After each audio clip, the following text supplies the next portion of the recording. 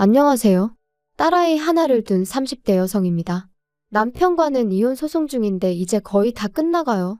그리고 다행히 좋은 결과가 나올 것 같아서 드디어 이렇게 제 이야기를 한번 해볼까 합니다. 그런데 막상 얘기를 하려니까 어디서부터 어떻게 이야기를 하는 게 좋을지 조금은 난감하기도 하네요. 남편하고는 집안어른의 소개로 만났습니다. 가까운 집안어른은 아니셨는데 지금으로부터 몇 년 전 사촌언니가 결혼하던 날 부모님하고 같이 하객으로 참석한 적이 있어요. 그리고 그때 한동안 안부조차 모르고 지냈던 먼 친척 어른들 몇 분을 뵙게 되었죠. 그리고 그중 한 분이 저더러 참하게 생겼다며 몇 번이나 저를 칭찬하셨고 제가 어린 나이도 아니었는데 맛있는 거라도 사 먹으라며 제 손에 5만 원짜리 한 장을 쥐어주시더라고요. 제가 당황해서 괜찮다며 거절하려고 했는데 어른이 예뻐서 주는 용돈이니 받으라셨고 마침 또 결혼식장이다 보니 다들 분위기가 좋았거든요. 그래서 얼떨결에 그렇게 5만 원을 받고 인사를 드리고 그랬어요. 그런데 그 일이 있고 며칠 뒤 그 어른께서 저희 아버지한테 전화를 하셔서는 제가 시집은 갔는지 만나는 남자는 있는지 그런 것들을 물어보시더랍니다. 그리고는 당신이 건너 아는 집에 아주 괜찮은 청년이 있다면서 저랑 한번 만나게 해주고 싶다 그러셨다는 거예요. 그리고 저는 당연히 싫다고 했어요. 솔직히 말하자면 거짓말 좀 보태서 불편해서 싫다고 아주 진저리를 쳤었죠. 원래도 자연스러운 만남을 추구하는 저였는데 잘 알지도 못하는 집안어른이 주선하는 자리라니 상상만 해도 불편해서 속이 다 울렁거렸다니까요. 하지만 부모님께선 듣자 하니 이미 어른께서 그쪽 집안에다가 말도 해놓으신 것 같고 그래서 제가 안 나가면 그 어른 체면이 말이 아니게 생겼답니다. 그러면서 그냥 집안어른 부탁이니 눈 딱 감고 나갔다 오라고 그리고 혹시 아냐 정말 괜찮은 사람이 나올지 하셨는데 솔직히 그런 말은 귀에 들어오지도 않더라고요. 그저 이게 그 5만 원을 받은 대가인가 싶은 게 황당하고 짜증도 나고 정말이지 기대는커녕 만나기도 전에 있는 대로 마음이 상해버렸다니까요. 하지만 약속 날짜가 다가올수록 집안어른이 중간에 계시다 보니 그래도 기왕 나가는 거 잘해서 나가야겠다는 생각이 들대요. 그래서 옷도 신경 써서 갖춰 입고 서둘러서 집을 나섰더니 약속 시간보다 10분 정도 일찍 도착하게 되었죠. 그런데 남편은 벌써 도착해 저를 기다리고 있었습니다. 그게 좀 인상적이었어요. 게다가 준비라도 해온 사람처럼 자기소개를 하는데 긴장한 목소리도 목소리인데 사람이 성실하다는 게 느껴지더라고요. 뿐만 아니라 남편도 저랑 같은 작가의 팬이라는 사실을 알았을 땐 신기하면서 괜히 반갑기까지 한 게 그러니 대화는 또 얼마나 잘 통했겠어요? 시간 가는 줄 모른다는 게 어떤 건지 그때 처음 알았네요. 이후로 저희는 인연을 만났고 11월에 어느 날 남편의 프로포즈로 결혼까지 약속했어요. 그리고 양가의 축복 속에서 부부의 연을 맺게 되었는데 여기까지는 솔직히 별 문제가 없었거든요. 아니, 오히려 무르르듯 자연스럽게 흘러가서 정말 우리가 운명은 운명인가 보다 그런 생각까지 들었죠. 그런데 제가 딸아이를 출산하고 얼마 지나지 않아 생각지도 못한 일로 남편이란 사람에게 크게 실망하고 말았습니다. 산후조리원에서 나온 후 저는 소위 남들이 말하는 독박 육아를 시작했어요. 육아휴직을 쓰는 게 눈치가 보였지만 딸아이와 유대감을 형성하는 게 중요하다 생각해서 어렵게 내린 결정이었죠. 하지만 육아라는 게 정말 마음처럼 쉽지가 않더라고요. 그래서 어쩔 수 없이 친정어머니의 손을 빌리는 날이 하루 이틀 늘어났습니다. 남편이 못마땅해하는 눈치였지만 그때만 하더라도 저는 그저 남편이 저희 친정어머니한테 미안해서 그런다고 생각했어요. 한편으론 시어머니보단 친정어머니의 출입이 잦아지니 그게 불편해서 저러나 싶기도 했고요. 그러다 딸아이가 100일이 좀 지났을 무렵 제가 알아눕게 되었는데 다행히 열이 있거나 한 것은 아니었지만 전에 없이 딸아이 돌보는 게 힘에 부치대요? 그래서 남편에게 이야기를 하니 시터를 부르라는데 솔직히 좋은 시터분들도 많겠지만 워낙 흉흉한 뉴스가 판을 치던 시기였거든요. 그러니 비록 제가 집에 있다고 해도 함부로 잘 알지도 못하는 사람을 집에 들이기가 겁나더라고요. 그래서 결국 친정어머니를 오시라고 했어요. 한 2주 정도 저희 집에 계시면서 저 좀 도와달라고요. 참고로 시댁에도 여쭤봤지만 어머님께서는 아주 난색을 표하시며 가면 일당으로 한 20만 원씩은 받아야 한다는 말씀만 하셨습니다. 저희 상황을 뻔히 아시면서 그런 말씀을 하셨다는 건 한마디로 싫다는 말씀이셨죠. 그런데 저희 어머니가 와 계신 지 꼬박 일주일 되던 날이었어요. 현관을 들어서는 남편 표정이 좋지가 않더라고요. 그래서 제가 밖에서 무슨 일이라도 있었어? 표정이 왜 이렇게 안 좋아? 장모님은 잠깐 뭐 사러 간다고 나가셨는데 왜? 장모님 안 씻으시냐? 진짜 요즘 집에만 들어오면 구역질이 난다 구역질이 나. 그게 무슨 막말이야? 집에서 무슨 냄새가 난다고 그래? 그리고 냄새가 나도 그게 우리 엄마한테서 난다는 증거 있어? 장모님 오시기 전엔 안 났는데 장모님 오신 이후로 며칠째 내가 속이 미식거린다고. 그러면 100% 장모님 때문이지. 안 그래? 우리 엄마 아침 저녁으로 씻으시거든? 당신보다 더 자주? 알지도 못하면서 생사람 잡고 있어 진짜. 남편과 대화가 끝나기가 무섭게 친정어머니가 들어오셨고 저는 저도 모르게 친정어머니의 표정을 살폈습니다. 다행히 어머니는 아무것도 듣지 못하신 듯 했지만 제 마음은 편치 않았죠. 게다가 남편 말이 신경 쓰여 저도 모르게 코를 킁킁거리며 어머니 냄새를 맡게 됐는데 그런 제 모습을 알아차리자마자 이 상황 자체가 너무 짜증나고 서럽고 그런데 이내 곧 저녁 식사를 하는 자리에서 남편이 이번엔 아주 노골적으로 인상을 쓰더니 또다시 무슨 냄새 안 나냐고 그러더라고요. 그리고는 저희 어머니더러 장모님 씻으셨어요? 그러는데 정말이지 진짜 밥상이고 뭐고 확 뒤집어 엎어버리고 싶더라니까요. 그리고 어머니는 금세 얼굴이 빨개지셔서는 씻었는데 왜 나한테 무슨 냄새라도 나냐면서 당황스러워 하셨는데 어찌나 분하던지 눈물이 다 날 것 같더라고요. 사실 저희 어머니는 제가 결혼하던 해까지 시장에서 아버지와 함께 튀김 가게를 하셨어요. 아버지의 사업이 망하고 이후로 마지막이란 각오로 주변 분들에게 돈을 빌려 시작하셨던 일이었죠. 돈 빌려준 사람들한테 하루라도 빨리 갚아줘야 된다고 그러면서도 저한테는 뭐 하나 부족한 거 없이 해주시려고 한 달에 딱 하루만 쉬시면서 그렇게 20년을 장사하셨습니다. 그리고 덕분에 지금은 떵떵거리며 살 정도는 아니어도 어디 가서 아쉬운 소리는 안 하고 사세요. 3층짜리 작은 건물이지만 새들어 장사하던 그 건물도 저희 부모님이 사셨거든요. 하지만 저희 어머니는 그 튀김 가게가 우리를 살렸다 하시면서도 기름 냄새라면 아주 진저리를 치십니다. 그래서 지금도 남들 다 좋아하는 치킨도 안 드세요. 그리고 남편도 이런 사연을 다 알고 있어요. 처음부터 숨길 생각도 없었지만 구구절절 얘기하려고 한 것도 아니었는데 남편이 어찌나 시부모님 고생하신 이야기를 우려먹고 또 우려먹던지 게다가 솔직히 제가 듣기엔 크게 고생하셨다는 느낌도 없었거든요. 하지만 자식 입장에선 자기 부모가 제일 애틋한 거 아니겠어요? 그래서 그런 남편에게 무안을 주는 대신 저도 저희 부모님 이야기를 했던 것뿐이었어요. 그리고 그때 분명히 이야기했거든요. 그런 이유로 우리 부모님은 두 분 다 냄새난다는 말에는 아주 예민하시다고요. 참고로 단지 튀김 냄새를 질리게 맡아서 그런 건 아니고 한참 장사에 매달리시던 무렵에는 정말 두 분 머리카락 한 올 한 올까지 소위 기름전내라고 하죠. 그 전내에 쩔어 있었어요. 그리고 두 분도 그 사실을 잘 알고 계셨기 때문에 정말 아침 저녁으로 몸이 벌게지도록 샤워를 하시더라고요. 특히나 어머니는 정말 살갗이 다 일어날 만큼. 그때를 생각하면 지금도 제 마음 한구석이 먹먹해져요. 아무튼 그랬는데 그 쩐내라는 게 쉽게 빠지질 않는 거예요.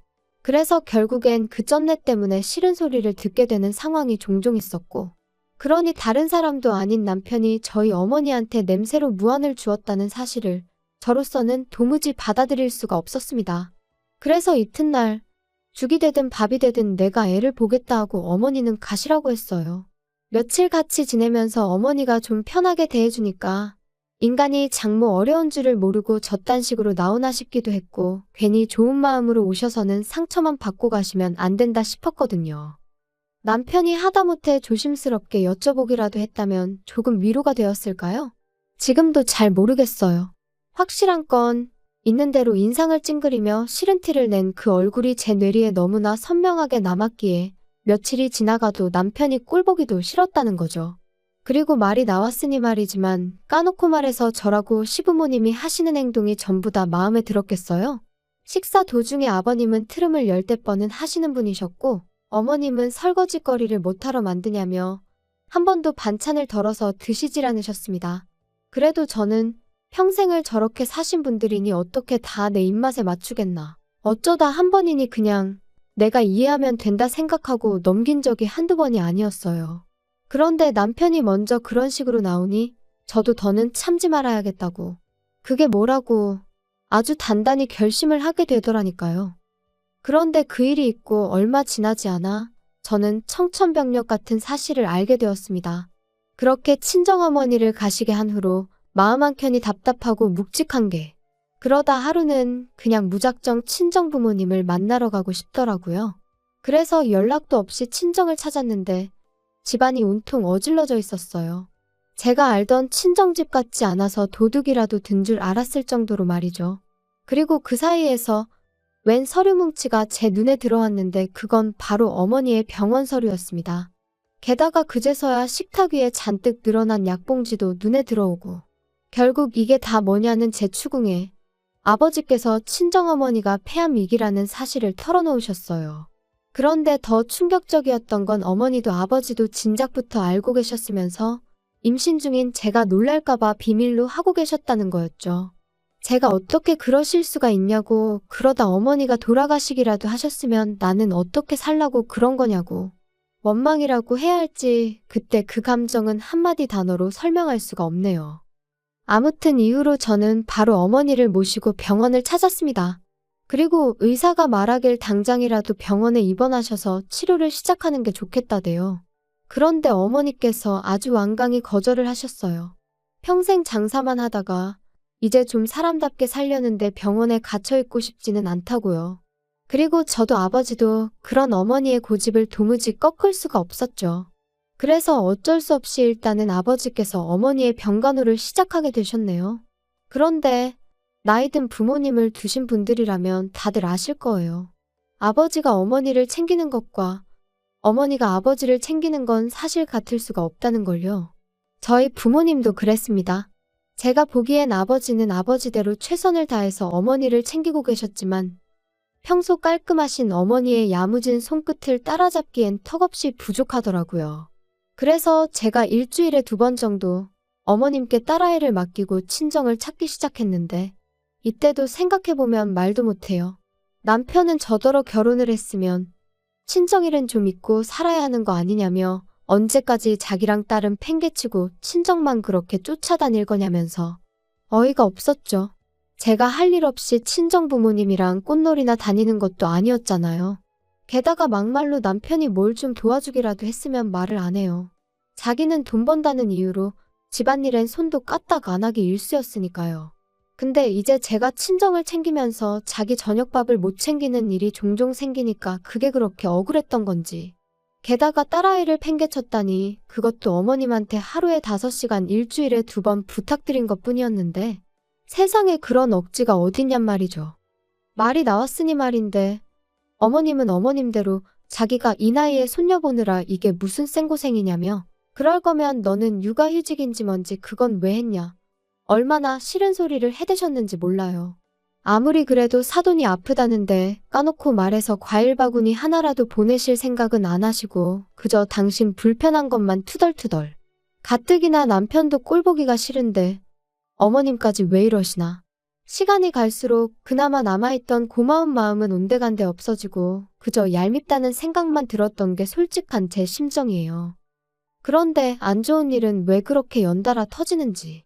그런 생활이 반년쯤 이어지던 무렵 저희 아버지께서 큰 사고를 당하셨습니다. 친정어머니가 원래부터 먼지에 좀 예민하셔서 그날도 친정아버지께선 그런 어머니를 위해 이불을 베란다에서 터시다가 그만 아래로 추락을 하셨거든요. 불행 중 다행이라고 해야 하나. 아파트가 2층이었고 아래층은 최근에 새로 흙을 깔아서 비교적 덜 단단했기에 망정이지. 아무튼 그렇다고 해도 아버지는 왼쪽 발목이 골절되셨고 꼬리뼈에도 금이 갔습니다. 갈비뼈도 상태가 좋지 않았죠. 그래서 꼼짝없이 병원 신세를 지게 되셨어요. 상황이 상황이었던 만큼 친정어머니가 저희 집에 오시는 건 제 상식으론 너무나 당연한 일이었어요. 막말로 혼자 계시다가 쓰러지기라도 하시면 그땐 누가 책임을 지냔 말이죠. 하지만 남편의 반응은 냉정하기 짝이 없었습니다. 지금처럼 왔다 갔다 하면서 들여다봐드리면 되지 뭘 집으로 모시기를. 안 돼, 불편해. 지금이 편하고 불편하고 따질 상황이야?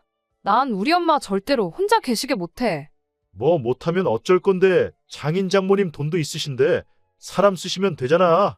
아니면 장인어른 입원해 계시는 동안 장모님도 잠깐 병원에 계시게 하던가. 아니, 내가 우리 엄마를 평생 모시고 살자는 것도 아니고 아버지 퇴원하실 때까지만 몇 주만 좀 같이 지내자는 건데 그게 그렇게도 안 될 말이야? 이 집이 너 혼자 산 집이야. 내 돈도 반 들어갔으니까 나도 내 의견을 말하는 것뿐이야. 그리고 솔직히 너 지금 육아휴직 중이라 내가 외벌이하는 거나 마찬가지잖아. 그러면 내 입장도 배려를 해줘야지. 거기다 내가 말은 안 하려고 했는데. 생각해보니까 장모님 아파서 냄새 나시는 거 아니야? 아프시단 핑계로 안 씻고 그러셨던 거 아니냐고. 역시 내 코가 개코라니까. 아무리 생각해도 안 되겠다. 나 장모님 냄새 못 견디겠거든? 생각만 해도 또 울렁거린다. 당신 진짜 말 그따위로밖에 못해. 그럼 뭐 시부모님한테는 꽃향기라도 나는 줄 아나 봐. 그리고 외벌이가 어쩌고 저쩌고. 야, 어디 가서 그런 소리 할 것도 없어. 그 돈 뭐 나 용돈 쓰라고 벌어다 주니? 나 육아휴직 시작하고서 티셔츠 한 장 사 입은 거 없거든? 아이고 대단하십니다. 그럼 네가 매일같이 먹는 밥 반찬 생수는 어디 땅 파서 나왔냐?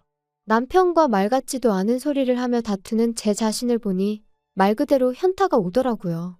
그리고 이건 아니다. 이렇게 사는 건 아니다라는 생각이 딱 들었죠. 그래서 남편에게 마지막으로 한 번만 더 묻겠다 했습니다. 우리 어머니 모시고 단 몇 달만이라도 살겠냐? 아니면 나랑 지금 이혼하겠냐? 그러니까 남편 하는 말이 이것 봐, 이것 봐. 너 내가 몇 번이나 말했지. 너가 신경 쓸 가정은 나랑 우리 희연이가 있는 여기라고. 근데 지금 뭐 나더러 장모님을 모시던지 아니면 이혼을 하던지 선택을 하라고? 너 제정신이냐? 그래, 당신 말대로 내가 우선순위를 착각하고 있는 건지도 모르지. 하지만 나는 내 부모까지 나 몰라라라는 배우자를 존경하며 평생 한 이불 덮고 살 자신이 없거든. 이러다 막말로 우리 엄마나 아빠 잘못되기라도 하면 난 네가 악마로 보일 것 같은데 그때 가서 이혼하면 너무 늦잖아? 어이가 없다. 진짜. 그래 뭐 이혼하고 싶으면 이혼해. 그런데 희연이는 네가 못 데려가. 내가 키울 거야. 그거야 법대로 하자고. 장인장모 병간호도 못하게 해서 이혼한다는데 그런 철면피한테 과연 딸을 키우게 해줄지는 모르겠네. 좋은 변호사로 한번 잘 알아봐. 그리고 그날부로 저는 제 짐을 챙겨서 집을 나왔습니다. 술에 진탕 취해 남편이 잠든 사이를 틈타 아이도 데리고 나왔죠. 사실 남편이야 딸아이를 정말이지 눈에 넣어도 아프지 않을 정도로 예뻐한 건 사실이지만 시부모님은 아들이 아니라는 이유로 늘 시큰둥한 반응이셨어요. 그리고 남편은 어쨌든 혼자서는 아이를 돌볼 상황이 못 되었는데 그렇다고 시부모님이 봐주실 리도 없었으니 애를 내놓으라 할 리는 없겠다 싶었거든요. 그리고 이혼을 하겠다고 딱 마음을 먹고 나니 그때부턴 제가 아이한테 하는 행동 하나 말 한마디가 전부 다 양육권 결정에 영향을 끼칠 것 같다는 제가 법을 알고 그런 건 아니었지만 아무튼 나름대로 만반의 대비를 해야겠다 그런 생각도 들었고요. 그리고 이후로 무려 1년 3개월에 걸쳐 지독한 이혼 소송을 이어갔습니다. 그때 서름과 고됨을 이야기하자면 아마 석 달하고도 열흘을 밤을 새도 부족할 거예요. 하지만 결론부터 이야기하자면 친정아버지는 약간의 후유증이 남긴 했지만 혼자 일상생활이 가능할 만큼 건강을 회복하셨어요. 그리고 더 놀라운 건 바로 저희 친정어머니의 상황이었습니다. 정말이지 지푸라기라도 잡는 심정으로 여기저기 자문을 구해서 어머니 건강에 좋다는 음식만 정성을 다해 드시게 했고 귀찮아하시는 어머니를 모시고 산으로 들러 좋은 공기를 쐬기 위해 열심히 돌아다녔습니다. 여담이지만 딸아이는 사촌 언니의 도움을 정말 많이 받았어요. 언니도 저랑 비슷한 시기에 아이를 낳았기에 언니가 쌍둥이 키운다 생각하겠다며 힘을 보태주었죠. 피는 물보다 진하다더니 영원한 사랑을 약속한 남편보다도 결국은 피부치인 언니가 100배 1000배는 의지가 되더라니까요. 아, 그리고 언니가 저한테 왜 이렇게 잘해준 거냐 혹시 궁금해하실까봐. 일단 언니가 워낙 좋은 사람인 것도 있지만 언니가 시집갈 때 이모네 사정이 안 좋았거든요. 그러니까 저희 아버지가 언니 결혼 비용을 대주셨어요. 우리도 힘들 때 이모네 도움을 많이 받지 않았냐 하시면서요. 그래서 제 짐작이지만 언니가 선뜻 도와주겠다고 손을 내밀어 준 게 아니었을까. 고마울 뿐이죠. 아무튼 말하다 보니까 또 생각나네요. 정작 저 시집 갈 땐 남편이 남자 자존심이 어떻고 해가며 하도 우겨대서 결혼 비용을 기어이 반반 부담을 했어요. 그리고 그땐 그게 나름대로 남자답고 좋아 보이기까지 했거든요. 물론 살아보니까 쓸데없는 똥자존심으로 똘똘 뭉친 인간이었을 뿐이었지만 아무튼 그래도 이렇게 이혼하고 나니까 그때 반반하길 다행이지. 아까워서 혼날 뻔했네. 그런 생각이 다 들대요. 아무튼 그렇게 저랑 남편은 이혼을 했고 당연히 양육권은 저에게 왔어요. 그리고 사실 위자료는 별로 기대도 없었는데 크진 않았지만 800만 원을 받게 되었습니다. 그리고 양육비도 일단 매달 60만 원에 5년마다 한 번씩 다시 정하는 걸로 얘기가 되었죠. 그런데 제가 이런 거 저런 거 다 합쳐서 지금 사는 집을 그냥 그대로 나한테 넘기라 했어요. 꿈에도 보기 싫은 인간, 애 핑계로 또 봐야 되는 것도 싫고 이래저래 두 번 다시 얽히기 싫었거든요. 그리고 남편도 기껏 한다는 소리가 양육비니 뭐니 그런 거 있으면 어떤 여자가 자기랑 재혼을 하겠냐며? 좋다대요? 딸이라면 사족을 못 쓰는 인간이다. 그거 하나는 참 그래도 좋은 아빠다 싶었는데 양육비 얘기하면서 재혼 타령하는 거 보니까 그럼 그렇지 결국 이것밖에 안 되는 인간이었어. 그 생각만 들더라고요. 한편 저희 이혼 소식은 저희를 만나게 해주셨던 그 집안어른 귀에도 들어갔던 모양이에요. 그리고 솔직히 사과를 받아야겠다거나 그런 생각은 없었지만 아니나 다를까 감감무 소식? 말 한마디 들려온 게 없습니다. 참고로 저희 결혼할 땐 그래도 저희 두 사람 사이에 다리 놔주셨다고 100만 원 받아가셨는데 말이죠. 솔직히 좀 착잡했는데 이렇게 또 인생을 배운 셈 치려고요. 친정어머니의 암이 완치가 된 것은 아니니 솔직히 지금도 완전히 평화를 찾았다 그렇게 말은 못하겠어요. 하지만 적어도 하나 도움 안 되는 돌멩이 같은 남편을 제 인생에서 걷어내고 나니 속은 후련합니다. 당분간은 친정부모님의 건강과 제 아이의 행복만을 인생의 과제로 삼고 그렇게 살아볼까 해요. 어쩌면 이것이야말로 영원한 사랑은 아닐까요? 들어주셔서 감사합니다.